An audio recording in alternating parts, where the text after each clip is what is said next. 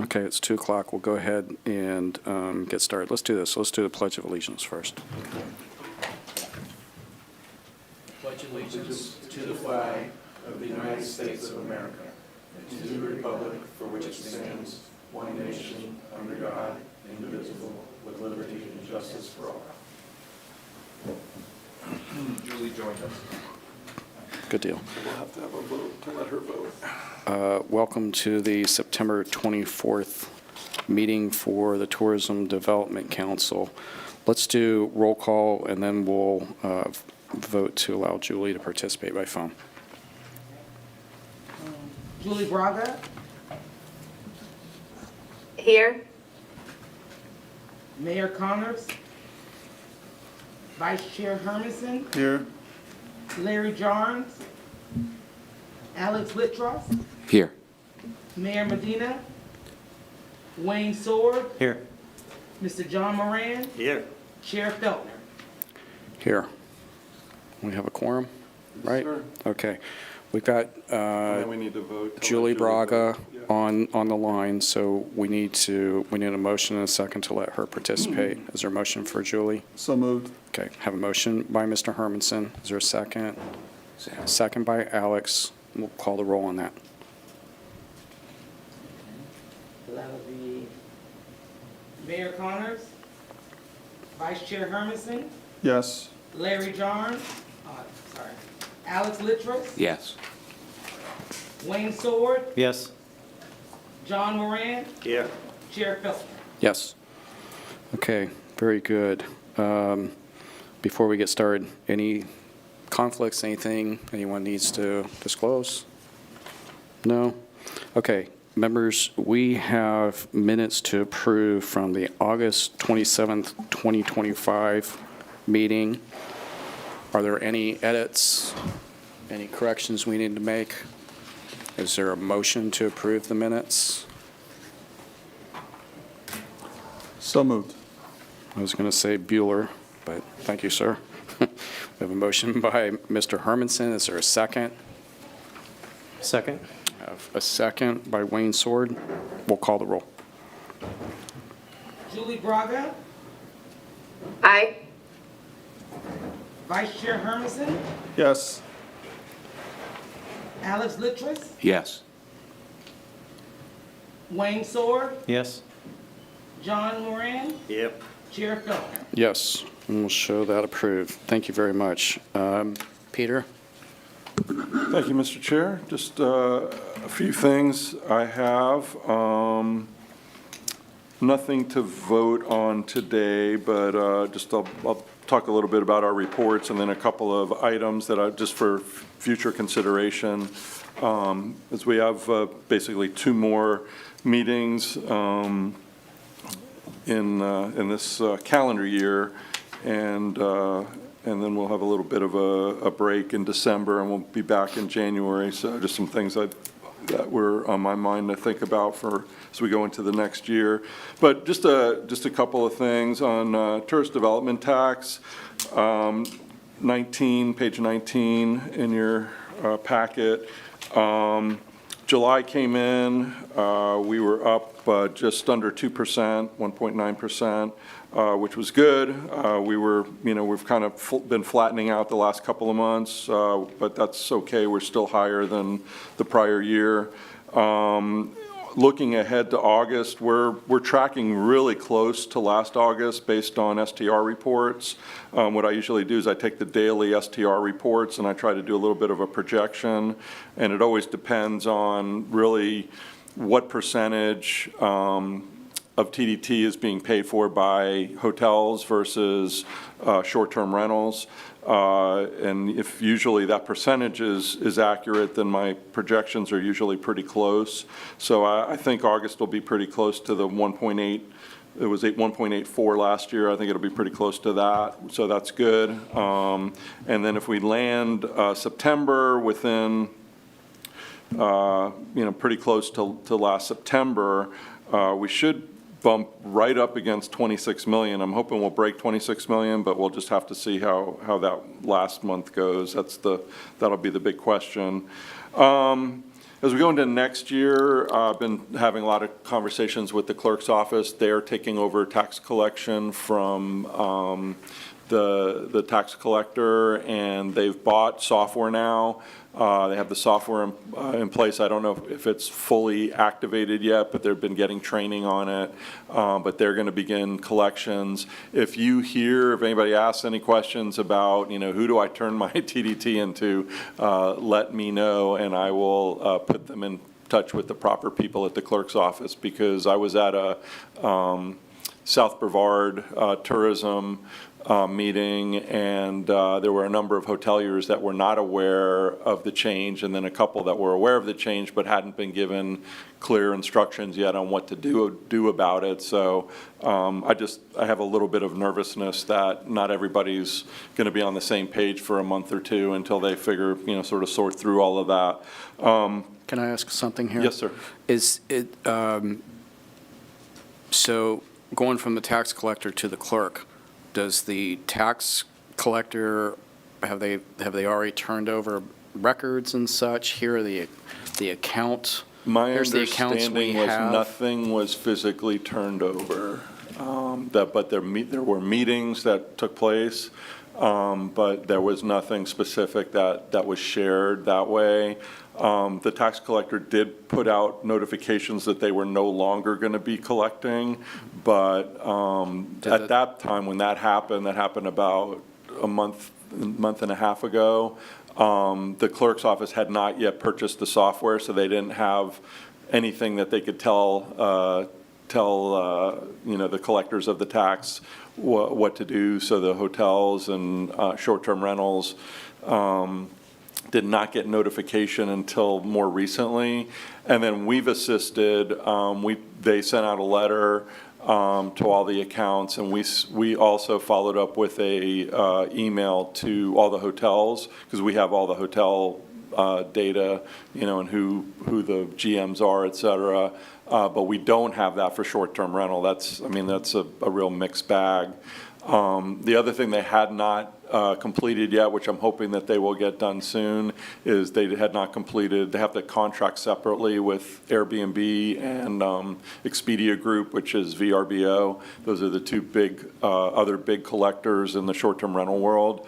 They had not completed those contracts yet. I'm hoping that gets done pretty quickly, but there's still, still some things. I think, like I said, I think the first few months are going to be a little shaky, and we're going to try to help wherever we can, but it's just going to take them a little bit of time to kind of gather all of that. So, I guess I was wondering if this was just simply a mail merge type of letter that goes out from the clerk that says yeah, they did send a letter out, is my understanding, but again, I don't know without having, we don't have a list, a database of short-term rentals, and that's thousands of people. So I don't know how comprehensive that letter was that went out, and just a little concerned about, just making sure everybody's aware. So we'll keep on it and keep you posted as we go into next month.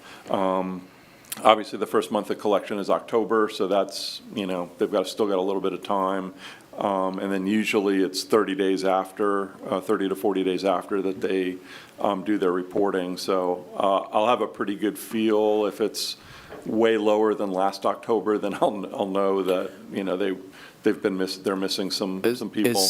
Is your contact in the clerk's office regarding the TDT collection, is that Marty? Marty, yeah. Okay.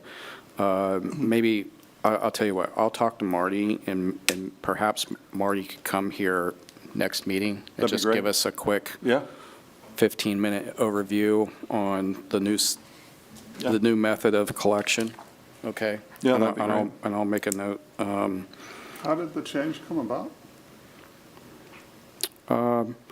Peter, you want to speak to that?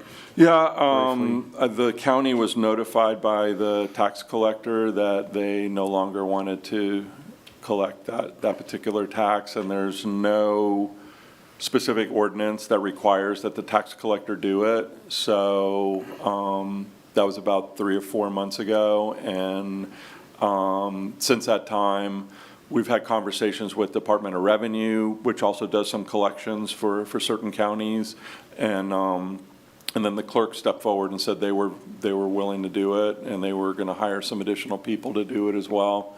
So that was the decision with the team, was to go with the clerk, since it was more local, and we felt we would get better service / reporting, better detail eventually.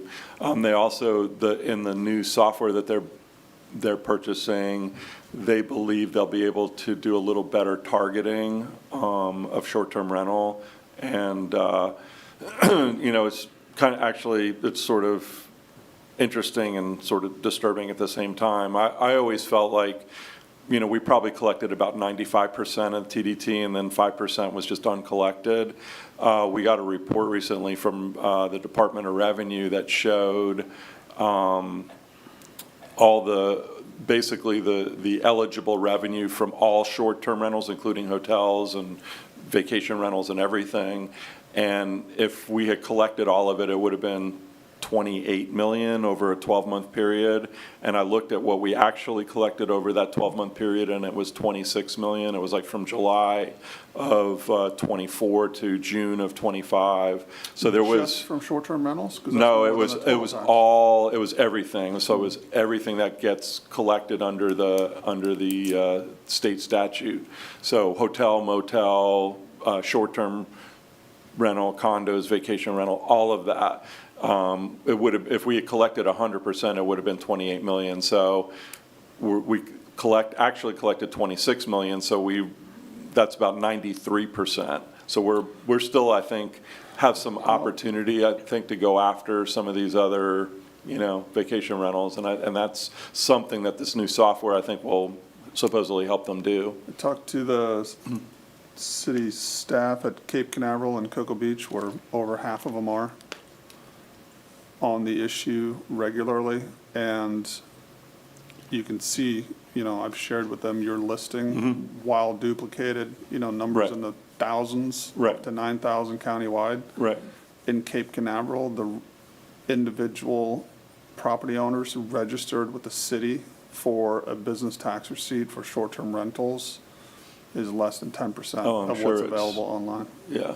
So if they're not bothering to go in and get a $20 business tax receipt, and they're not being collected via Airbnb because people are renting them out on their own, Right. I would say that the undercount on collections is probably way higher than 10%. I'm curious to know if, now, does DOR say that we're, excuse me, we're getting sales tax? Yes, right. But we think you're not getting They didn't say, tourism tax? all they gave us was, based on the sales tax that they collected, so they're pretty good at collecting sales tax. Here was what the total eligible revenue would have been, and it was like, I want to say 565 million, something like that. And if I took 5% of that for TDT, that comes out to be about 28 million. So versus the I find 26 that we actually collected. So they're giving us, basically, they're saying, hey, we collected sales tax on this number, you should be getting TDT, basically. Now, does the RISE agreement, I don't mean to get in the weeds here on something, because, we can ask Marty Yeah. these questions, but Yes. is that a product of the RISE agreement where they say that here's all of the addresses that we think short-term Yes. rentals happening Yes, at? and that's a and- contract that's between the clerk and the state. So we're not What I not find, involved in that, but what I yeah. find fascinating about that, and clarify just so I understand, they're saying that these short-term rentals are remitting sales tax to the state, but not tourism tax to the county. That's what it looks like, yeah. Okay. Yep. Yeah. How does that happen? Because you're dealing with, I don't have enough time to explain the history, but you. I mean the mechanics of it. How It's does- a combination of people because your sales tax, you fill out on your sales tax form, your bed tax, you submit to bed tax. And there's a large percentage of the population. Before we had Airbnb and VRBO collect the tax, because prior to 19, they didn't. We didn't have an agreement with them. Right. Then when they started collecting them, you can see it in our collections, they shot through the roof because it was being done automatically on behalf of the property owner. That part I get. However, there's a lot of people that will rent on VRBO and rent on their own, and they will selectively, A, they feel like they shouldn't pay it or collect it, B, they don't know about it, and C, they'll reduce the cost of their rental by 5%, and if they don't think they're going to, they don't collect it and remit it. Sales tax is different than county tax, I think, in the mind of owners of short-term rentals. Now, this is all speculation, and you can sort of speak in averages, but you can back into it. If the city says you have to register or face fines escalating from $500 a day to $2,000 a day, and you still only have 10% of the known rentals via Airbnb registered with the city, it speaks to the compliance mentality of the people operating these short-term rentals. Well, can I ask a final question on that then? So the short-term rental folks, they are remitting the tax to the state because they're more worried about the state than they are The DOR guys have badges and guns. Okay. Okay. I know. All right. They do, and there's a enforcement office here in Brevard, Well, yeah, In Century. yeah. I've had restaurant tenants not remit sales tax, and they show up in cars with lights and badges and guns and handcuff them and take them away. And the tax collector, in the past, as is evident by this change, has informed us in the community that we're concerned about failure to collect, that collection of bed tax was a voluntary function. And so it has not been enforced in any manner. And it's a pretty simple thing to do, and there's agencies that you can pay for like a 10 to 15% commission that will give you the listing of all the short-term rentals, and as long as you know their DBPR short-term rental license, because that has a higher propensity for people to get licensed, you just run that against the people that are remitting bed tax. And if they're not remitting bed tax in the last 12 months, they're probably consistently not remitting bed tax. Right, Well, and that's supposedly what the software that they purchased has, is that listing of every property that potentially Yeah, I understand that should do that the program, as it was explained to me just in a quick meeting with the clerk, that it's kind of, it takes care of everything for them. And as part of it, so the collection is going to happen with this off-the-shelf program. And as a component of it, it's going to help them chase down. It's a tool. City of Cape Canaveral and the City of Cocoa Beach both purchased RISE and did not manage to move their compliance rate much over years because it takes enforcement. Yeah. You got to hire people to actually send the notice, Right. fine the individuals for failure to remit tax. Right. So you can know it, but unless you do something about it. Yeah, and I think that's mostly what the tax collector would do, is send notification, but they would never really, they would say, well, code enforcement is the county's job. Well, So- we'll see if we can have Marty come from the clerk. And You can pay for staff easily through enforcement. Alex, sir. I'm just curious, do we think this is not just non-compliance, but actually in some cases fraudulent, where some of these entities are actually collecting and not remitting? I can't speak to that. That's an interesting question. I mean, that's where audits come in. You can do audits of properties, and then you can see what they're charging, what their rate is in the public-facing tools that are out there, and then what they're actually collecting. I think if you're doing that, Yeah. you've got two problems, right? Versus just failure to collect it. Anyways, you know what? We'll see if we can get better questions from clerk staff and see if they can come next month for us, okay? That'd be great. Okay. And then just two other minor things. We had a pretty short agenda this time, as you can see. The operating procedure manual for the TDC stipulates that we have to have 10 meetings, no less than 10 meetings. At some future point, what I may bring is just some options for the TDC to consider. Maybe we lower that number. The state statute requires quarterly meetings, so it's only 4 a year. Maybe we do something in between where we have a mandatory number of meetings, but not 10, so that if we do have a month where there's really not a ton to discuss, it's, we don't have to waste everybody's time and gather everybody, and we could do, we could cancel that month. We could still send out the report, send out all our, information, but just, cancel the meeting for the month. And then, I think it only happens about once or twice a year, but if we had some flexibility there, we could do that. With currently the way the OPM reads, it's mandatory 10, so, we're not able to do it right now. So, but that could be changed with the vote of the TDC. So just an item to be thinking about. It's something that I No, we don't could bring meet, back. sorry, we don't meet in June June or as it December. is. Okay. Yeah, June or December, so we meet every other month. I'm curious if he's going to bring something back for us to discuss, say, next meeting. Are there thoughts on months that are good or not good? I think we would from- still schedule 10. It would just be like if we got to, a couple of weeks before and we're like, the agenda's super light, we don't really need to meet, then we could review that with the chair, and the chair could make that call potentially, so. I'd be in support of the chair making that call. If there's really not a reason to convene, then let them make that decision. I think that's a great idea.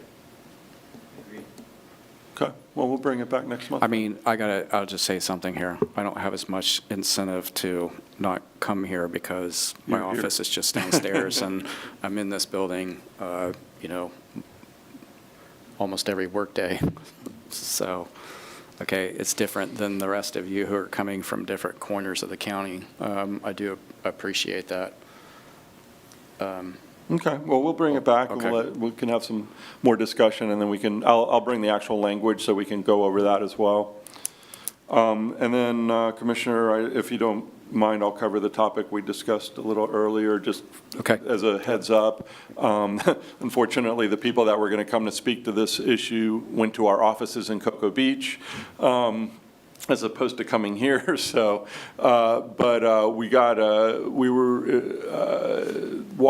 there's an organization called Waterway Warriors that do various cleanup projects around the county, mostly on Pineda, and I think they do a little bit on O'Galley Causeway as well, if I'm not mistaken.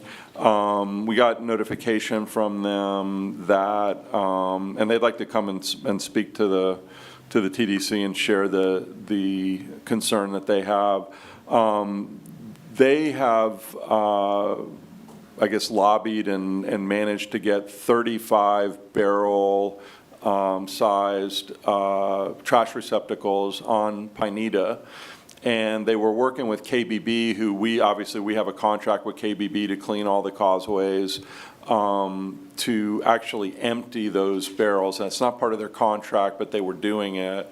Well, I guess they've kind of come into, some issues, some concerns that KBB has, and they don't want to do it anymore. And so the Waterway Warriors want to pay a third party to do it. Obviously, they are maybe looking to us for some assistance. So I'm just bringing that up. I don't think it's going to be a huge amount of money, but I do think it would be something that'd be supplemental to what we're already doing with KBB. The other thing that I've asked my team to do is go back and just make sure that KBB is being compliant with all our contracts. They're supposed to clean all the causeways. They clean Cocoa Beach. So we're going to go back through. They provide us monthly reports that provide hours and pounds of trash collected and all of that. So we're just going to audit that and make sure we go back and look at that and make sure they're doing it what the contract stipulates they should be doing. And then further, we can talk next month about what the Waterway Warriors are trying to accomplish and what they want and what they need in terms of the trash receptacles that are particularly specifically on Pineda is the issue. So just raising that as a awareness thing. We'll have more detail next month, but just something to be thinking about. Can I say something on this? Yes, sir. We're talking about a group of volunteers that do cleanup on Pineda, and they are going to, I think they're going to adopt 528. I've been out there with them on cleanups, and so if you ever seen the bags piled up by a sign on Pineda, that's them. And so they have an arrangement, I think through FDOT, that then comes and picks up those trash bags. And really, they're sort of the causeway cleanup is more a beneficiary of their larger program, which is they're trying to clean up the trash to keep it from blowing into the river. That's really their mission. And I think a lot of this group, and as I say, there are a lot of people that complain about things. There's very few people that just get out there and do it. So I think they've done great things there on Pineda, and they're also going to be doing something on the west half of O'Galley and part of 528. So I think it makes a lot of sense to support them in continuing to keep Pineda clean, because that's easier when they're already out there doing it. I'm having a hard time understanding why it's not being managed by KBB, since they're under contract to do it and have the staff and the machinery and everything else to do it. We're going to look to see what part of their contract, but Yeah, the contract doesn't include trash receptacles and emptying of those. That was something that was added by the Waterway Warrior people. They thought that was, what they wanted to do on Pineda, and they've managed to get them out there. But, like I said, KBB was emptying them and replacing the liner and everything in there. But I think that's gotten a little out of their scope, and I haven't talked with John Nico yet. I will have a conversation with him, but my guess is that they probably don't have the staff to do that on a regular basis. So this is supplemental to that. Well, instead of contracting with yet another party, now you got two contractors out there doing the same thing. That doesn't make a lot of sense. I'm not sure that they're doing the same thing. But we'll have more details probably next month. We just wanted to give you a heads up that we're going to bring that back to you. Commissioner? Sir? I'd just like to reiterate Commissioner Feltner's point. I've worked extensively with both groups in Titusville, and Waterway Warriors has definitely gone above and beyond to help us out, keep our community clean when they didn't have to. They weren't paid to. They were just volunteering, and they're doing a lot of good work. So I'm excited to see what we can do together, because unfortunately, the lagoon is massive, and keeping it clean is a total team effort. So I'm excited about hearing what they have to offer at our next meeting. It may just be the answer that they continue to do this on Pineda and KBB's. Maybe not, that's not their area of responsibility. Maybe that's not their area of specialty. We could be open to that. So we're going to get the details, and we'll bring it back to you. Okay, sir. And then final thing on budget, just a wrap up. Last night, the board approved the county's budget, which incorporated our budget. So our budget is now approved for next fiscal year. So as we, kind of wind down now in the last few days of September, we'll have, some mad scramble to get all the final invoices in and all of that. There's still quite a bit of outstanding marketing invoices from the summer campaign, and those usually don't reconcile till almost November, but they'll get reconciled and they'll get charged back to this current fiscal year, and it won't get charged the next fiscal year. So we always try to make sure that we get all the invoices and everything gets charged to the proper year. So that's the team's working on that now. But other than that, all the other accounts, other than marketing, I think we're in pretty good shape as far as what our carry forwards were and all of that. So that is it, Mr. Chair. Unless there's questions. Are there questions for Peter? No? Okay. Do we have anyone from the public? I don't think we do today. We'll go into board reports. Julie? All I have is that our upcoming beach committee meeting will be October 21st, I believe, and I have no other report. Mayor Connors? Thank you, Peter and the team, for all their work. I know it's always fun doing the budget and everything else, but really appreciate you guys, and look forward to seeing the damage we do next year. Thank you. Great, thanks. Alex? Nothing to report, sir. Okay. Not even on Fall is for Foodies? It's a great program. Yeah. Here, that's a Cafe good... Margot has a great prefix menu they're offering, so. Just actually a quick comment question for Mr. Kranis. The new Cocoa Village Main Street executive director, chatting with him seems like Yes. he's Chris. definitely a little bit more proactive Very than what much we've so. had down there. Okay. Yeah, in fact, I went and spoke to, they had a business expo last month, and I was one of the keynote speakers for that. And as part of that, I looked at what their marketing was, and they actually are doing some marketing of themselves, and they created a TV commercial. And I said, hey, would you be against putting Florida Space Coast on the TV commercial to give us, kind of wrap you into our overall branding? And they said, oh yeah, we'll be happy to do that. So they did do that. So yeah, it seems like he is more proactive and more interested in marketing and things like that. So it's Okay. good. Yeah. Great. Prefix menu Yes, sir. at Cafe Margot. Yes, sir. Tell us what we get. 4-course dinner Yeah. and $48. And definitely a lot of the favorites on the menu that people have kind of come to love, the melange of fish, the crab cakes, things like that, and also some things that are not on our regular menu, just allows people to kind of come and get a taste. What's the highest calorie thing on the menu? highest calorie Yeah, thing? yeah.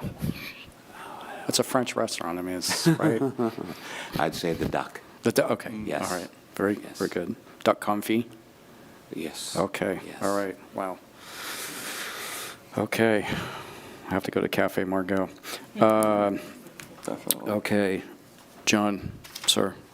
No, I'm fine, but if you'd like to come to the classical school, we also have a cafeteria there also. We'll compete with you. Yes. Wayne, Nothing what's to good up report. in your area? We're, Nothing?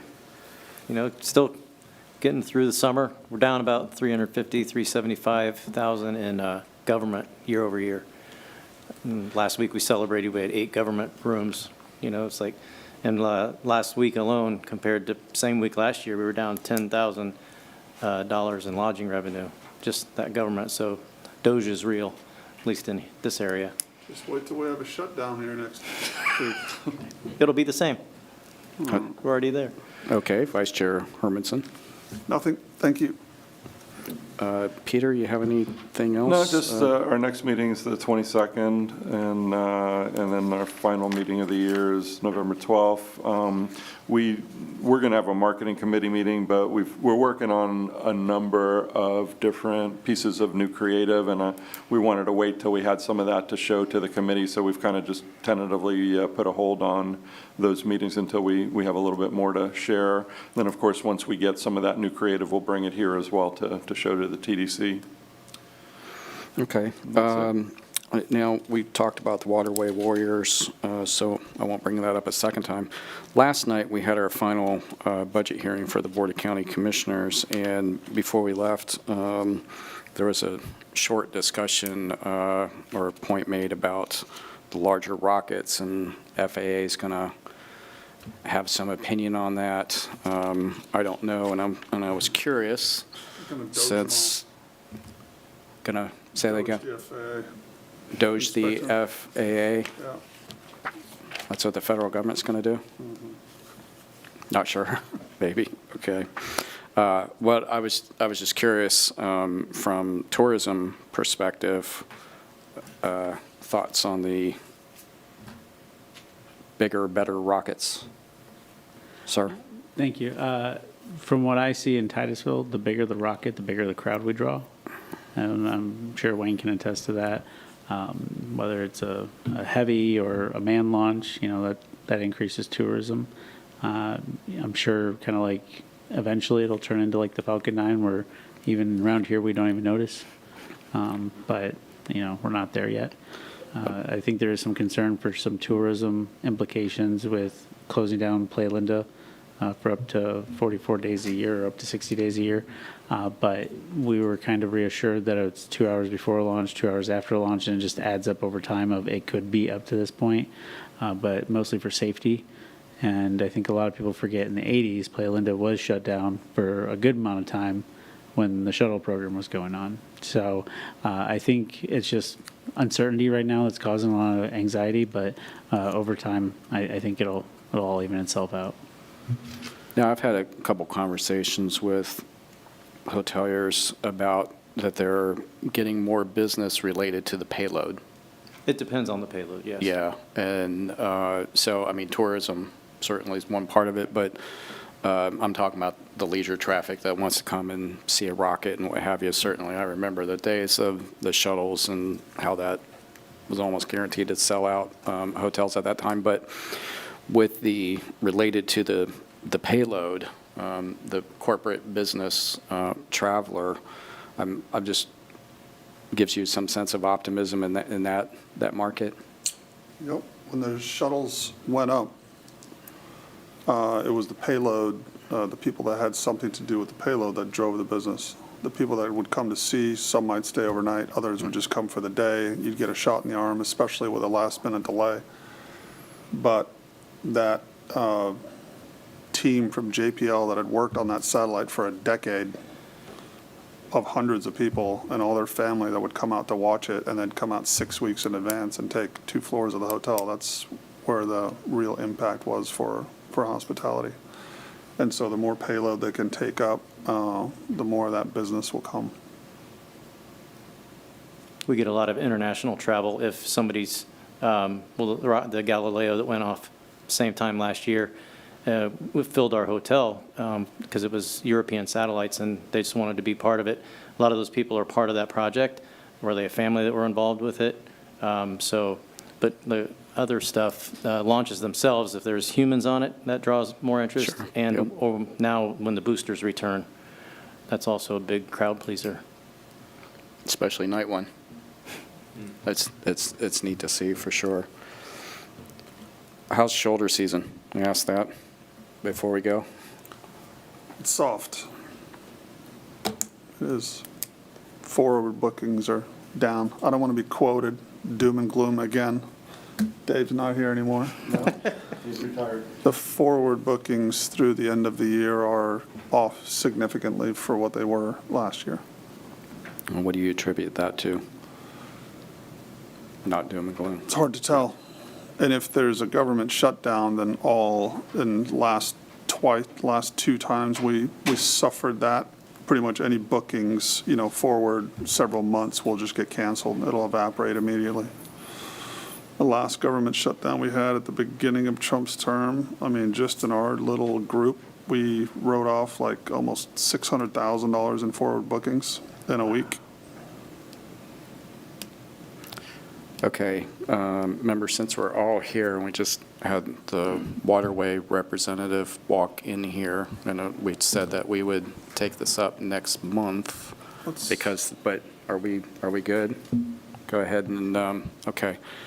Cheryl, I hate to put you on the spot, but you did make the trip here from Cocoa Beach, yeah. So, would you like to come up and talk to us and explain what's going on? And okay, introduce yourself, yeah, real quick. Cheryl from Waterway Warriors. I'm one of the co-founders. And we are looking for assistance with our 35 trash barrels that are on Pineda Causeway. We got a price quote from a vendor for $20,000 a year. That's for his labor, and we will supply the bags and the maintenance equipment that take care of the barrels. This also, in case of hurricane weather or anything that's difficult, he will remove the barrels and take them to our storage unit so they're safe and they won't be harming the water, which is what we're trying to prevent. And so we were requesting if we could have some assistance from the TDC for his contract of $20,000. Tell us what's going on, what your current situation is, and what's working, what's not working, just so we're clear. Okay. For the first 2 years, this is our third year of having trash barrels, the four of us was maintaining them, and that's when we had 20 barrels. And it's very difficult for us, because we all work full-time, to come out on the weekends and empty the 20 barrels. Recently, we decided to expand because what had happened is that we're basically on the maintenance mode for Pineda, because when we originally started 3 years ago, all the trash from our visitors along the riverbanks were being left on the riverbanks. And so we decided to just try out trash barrels. And so we did, and they started using them. We're like, oh my gosh, oh, what do you know? So we just expanded it to 15 and then to 20. And then now we're at 35, and they also have the monofilament containers that we learned about from FWC. So they're on 22 of our barrels. The Boy Scouts made those for us. And so everything's working, and it's on maintenance mode, and it looks really, really good. And we want to continue that. We just can't do it ourselves. Now, the current situation is KBB was changing these? Right. When they got the contract for Pineda, they agreed to remove the trash from the trash barrels and then take them and put them at our FDOT sign, and then FDOT's contractor comes in and picks up the trash barrel, the trash bags. And after 1 year of doing it, they advised us that this was not part of their vision, and so that they stopped doing it on September the 9th. So immediately we started looking for contractors, and just so happens the one that we got is doing an in-kind donation, and he's also helping us with O'Galley. We're trying O'Galley with some trash barrels right now. Are there questions for Cheryl? Mr. Hermanson, sir. So when you see KBB out there, what are they doing? They're driving around in their mules and picking up loose trash? What they are doing now is that we're not allowed on the center medium. So they're picking up the trash on the center median is what they're doing. And as part of, this may be a question for Peter, as part of their contract is not to pick up trash in other areas than the center median? That's not my understanding, no. It's the whole causeway. Yeah, It's just there's a disconnect here. yeah. Yeah, and like I said, I want to talk to John about it, John Nico, because this first I heard of it was, a couple hours ago, so I'd like to do some investigation. The other thing is, the county can't just contract with anybody, so, if the TDC thought that this was a direction to go, and gave staff, that input, we would have to sit down with the contractor and make sure that they would meet all the qualifications to be able to get a contract with the county. So, there's certain insurance requirements, et cetera. So it's, I don't think because Waterway Warriors are a volunteer organization, I don't think the contract would be with them. It would be with whoever the end company is that is doing the collection. And so we'd have to just vet them and make sure that they would meet the criteria that the county would have. Which is one of the reasons why we would, I'll just say real quick, one of the reasons why we'd bring some more information to you probably next month to vet that, so we could sort of do the preliminary work to see if the contractor's going to meet all of those requirements before we have a formal ask of the TDC. But this has come up recently. Yeah. Julie, go ahead, Julie. Yes, I don't know how to raise my hand on Zoom. It's okay. You're doing it. Raising my hand. I just had a question. I fully support this, and I've been a big advocate for getting help for the Waterway Warriors to clean up Pineda, as that is my primary causeway. But I was just curious, what happened? How were the barrels emptied prior to the KBB contract? The four of us, the four co-founders, we did it. We and sometimes our husbands would come and help us. So there's 4 weeks in a month, and so each one of us would go on Friday afternoon after we got off work, go and empty all the barrels. And we just can't do it anymore. We're getting old. Thank you. Cheryl, and I'm sorry, Mr. Hermanson, I'll yield to you in a second. Tell us, because I think KBB planned to do 3 cleanups a year, if that's my recollection of what John Nico told me. How many times are you out there on the causeway with your volunteers on Saturday mornings cleaning up the We causeway? have now 4 sites that we've adopted, so the second and fourth Saturday of every month, we're at one of our sites. Sometimes we do simultaneous cleanups, like, for example, we just adopted 528. So this Saturday, we're going to do like a soft launch and figure out how everything's going to operate. Then our grand opening, our ribbon cutting ceremony will be October the 11th, where we'll invite all of you guys to come join us. But over the last year or last 2 years, how many times do you think you were on causeway, on Pineda? On Pineda? Since we're talking about that. We usually Doing do it, cleanups. initially, when the year started, we were doing once a month, which the fourth Saturday, we would do someplace else, like Horrocks Creek or O'Galley. But now we're able to go and do it like every quarter because the trash barrels are working so good. So you were out there 12 times a year Yes. doing cleanups, okay. Are there other questions for Cheryl, since she rushed in here today? Sorry. I just had a comment, if you don't mind. So, again, it seems like preventative care is better than tertiary care, right? They're providing the barrels, emptying them, and it's probably more cost-effective and less manpower to then do a cleanup after the fact. So, again, very supportive. My only concern is, if this is a countywide initiative, that it be countywide and include Max Brewer Bridge, Parish Park area as well. I think they've demonstrated something on Pineda, because, I mean, I'm a child of the 70s. I've said this in the 80s, and things were dirty when we were kids, okay? So, I mean, I think people are much more conscientious about litter and such these days, and I believe that if you make it easy for people to do the right thing, the vast majority of people will do the right thing. Not everyone, But the people who go out there and enjoy the recreation along the river, I think those are largely people that live here. And they're out there a lot. And by virtue of the barrels being there, you prove that. Yes. I mean, they put stuff in there. And even the monofilament Yes. collection, which We just sent in absolutely 2 boxes necessary. full, People are yeah. putting the old fishing line in there, right? So it doesn't end up in the river. And those are filled up, Yes, right? that's correct. That's been very positive. So I think the barrel program's a good thing. That's my view. And one other thing, just to tell you that's working, is that the community knows that we go on the second and fourth Saturday of every month and clean up Pineda. So when the barrels are full, they just put their trash all around the barrel. So we don't have to go search for it. It's just right there next to the barrel, which is pretty impressive And I think to me. people do the same thing. If you go to the beach on a busy weekend, right? Yeah. In which KBB said that sometimes they'll go twice a day on some of the busy beach locations. But you'll see that toward the end of the day. And that's an indication that people are trying to do the right thing. The barrel is full and they're putting their stuff near it, knowing that somebody's going to come and empty it. So that's consistent with what people we see do on the beach. Other questions for, I'm sorry, Alex.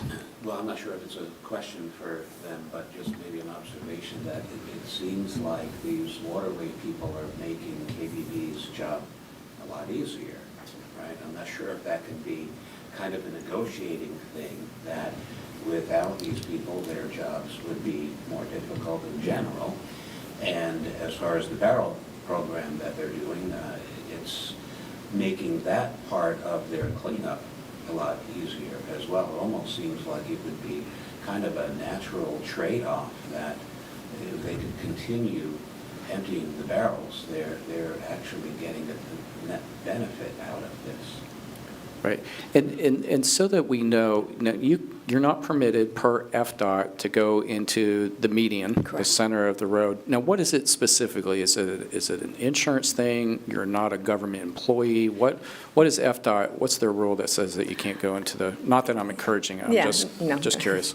I don't know the exact verbiage, but it's in our agreement with them. It's the Adopt a Highway agreement that comes out of Tallahassee, and it's about, we can't go in the medium, and I believe it's mostly liability, and that we're not employees. Okay. Okay. Yeah, I think based on Alex's comments and what I've heard today, I mean, it's definitely, we need to sit down with John and understand at KBB the concerns, the issues, look at the contract as far as what it exactly covers, look at their reports and what they've been doing, and bring all that back and have a bigger discussion. But we pay KBB $157,000 a year to clean 4 causeways, Angela, is that right? Or is it 5 now with the Pineda? 6 with Max Brewer. 6 with Max Brewer. Okay, so we do Max Brewer as well, so 6. And that's So- $157,000? That's $157,000 annually. It's a 3-year contract with a 2-year renewal, I believe, is what it was. Then when it went to the board, that was what was approved. So we just want to make sure, they're doing what they're supposed to be doing, and we're getting our money's worth, which, we will confirm that. And then what is, the issue of adding barrels and all of that, what has that done to them and their manpower, and, what are their objections potentially to cleaning the barrels or emptying the barrels and all of that. And again, just from my knowledge, on 528, I think there's a dumpster or 2, right? There are a Isn't it, couple, yeah. that FDOT has. Yes. Well, I mean, I'm seeing people nod their heads. I mean, but is there a lot of trash in them? I mean, people use them, or is that couch amnesty? They throw a couch in there in the middle of the night? Is the dumpster? You see the program- random mattress, yeah. So I know, I mean, I joke that we ought to have couch amnesty in the county so that, they don't end up on a causeway in the middle of the night. But, I mean, I assume the dumpsters are out there because people use them, right? I see the dumpsters all the time. I don't know how full they are. I'll just make one point. It seems the simplest path is to work with KBB to Right. add this obviously beneficial service, and applaud you for your volunteer efforts. I think it's great. But instead of trying to rope in a second contractor, just expand the scope of KBB's contract to empty the barrels. If they're willing, if they're not willing, then we'll have another conversation. But we'll bring those options back. I think Alex made a great point. Instead of them running around with their staff trying to pick up bits and pieces, here it's being collected at pickup points with the barrels. Makes logical sense to me. Right. Logic doesn't always prevail, but that seems like, right? And by the way, we do, we're very detailed and organized, that's me. And so we have data for the last 3 years of how much the barrels have made a difference and how much we're having to go from picking up, every Saturday and the second and fourth Saturday of every month, we only could do Pineda because it was so bad. And that was for the first 2 years. Finally, with the trash barrels, everything's like containing itself so we can go ahead and adopt more places. And so we do know the trash barrels work because of our organized data checkoff and tracking it to see what's happening. And Cheryl, we've talked about this probably in the last couple of months, and somebody shared some statistics. So when you were doing the barrels, right, and you had those out there, and so all of that was working, share with this group how much tons of trash that your group is responsible for removing from Pineda Causeway, because you are good at tracking the data. Yeah, we are. The end of last month, we had removed 103 tons of trash for the last 3 years. And that was, I haven't had it this month yet. 206,000 pounds? Well, 103 tons. So, Okay. yeah, that would be, if you want to do it. 2,000 pounds a ton, right? Yeah, it is. So over 200,000 pounds. Metric or imperial? In trash. I'm kidding. And we just had a couch dump. And so It's in millimeters. FDOT, their guy came and got it for us. So, Nobody yeah, knows. we had a couch dump. And that's what's really good when you're working with someone like FDOT in the county. When we call them, they know that we need help because we don't bother you. We just do it ourselves. So when we told about the couch dump, they were there within 2 days and removed the couch right from the shoreline of the Pineda. So it's good working with you guys. You may want to start KBC, keep Brevard clean, and bid for the contract Yeah. for all the causeways. Well, thank you. Okay. Competition. Thank you very much for rushing over here Thank you. today. Sorry for I know. you heading to Cocoa Beach. Yeah. But thank you. Are there any other questions for Cheryl while she's here today? We'll bring something back to you next month, okay? Okay. Okay, very good. Anything else before we go? So, Mayor Connors? yeah, my thing is if we're going to look at funding this for particular causeways, again, I'd like to see all 6 causeways. If we're going to look at them putting out trash barrels and hiring a contractor to keep it clean. So that was just my only point. We'll try to bring you as much information as possible to our next meeting, okay? Thank you. If that's it, everyone, thank you very much. We'll see you next month. Thank you. The opinions expressed by any member of the public during any period of public comment do not necessarily reflect the views or opinions of the Board of County Commissioners of Brevard County, Florida, Space Coast Government Television, or the program sponsor, and are solely those of the presenter. The Board of County Commissioners of Brevard County, Florida, Space Coast Government Television, and the program sponsor hereby expressly disclaim any and all responsibility or liability for any defamatory or slanderous statements expressed by any member of the public during any such period.